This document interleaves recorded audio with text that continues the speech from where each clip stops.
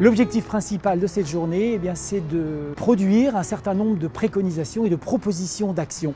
Comment on repère une personne qui est isolée, qu'est-ce qu'on lui propose comme service, c'est comment on lutte contre l'isolement et comment on prévient l'isolement.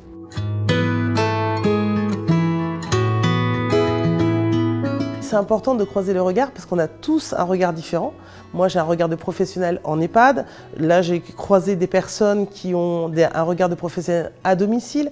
On a des personnes âgées qui sont là, qui sont du quartier, qui aussi ont leur regard et leurs attentes aussi, parce que c'est eux les premiers clients de l'isolement, entre guillemets.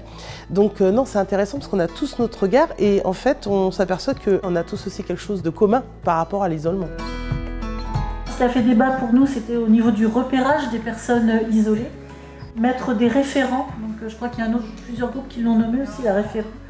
Respect des personnes. Quelle place pour la personne âgée en tant que citoyen? Alors dans l'atelier, nous on avait un mot, on a travaillé sur le mot coopérer. Et dans les mots-clés que l'on a évoqués ce soir, donc c'est fédérer, animer, le collectif.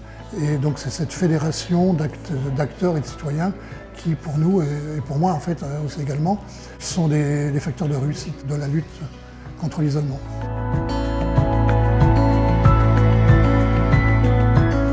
Beaucoup sont concernés et de plus en plus on dit qu'il n'y a pas que les personnes âgées qui se sentent isolées justement et ça a permis en effet d'évoquer des choses qu'on connaît, d'essayer aussi de voir qu'on n'est pas les seuls à avoir ces difficultés et puis aussi avoir quelques pistes en effet qui peuvent apporter des solutions.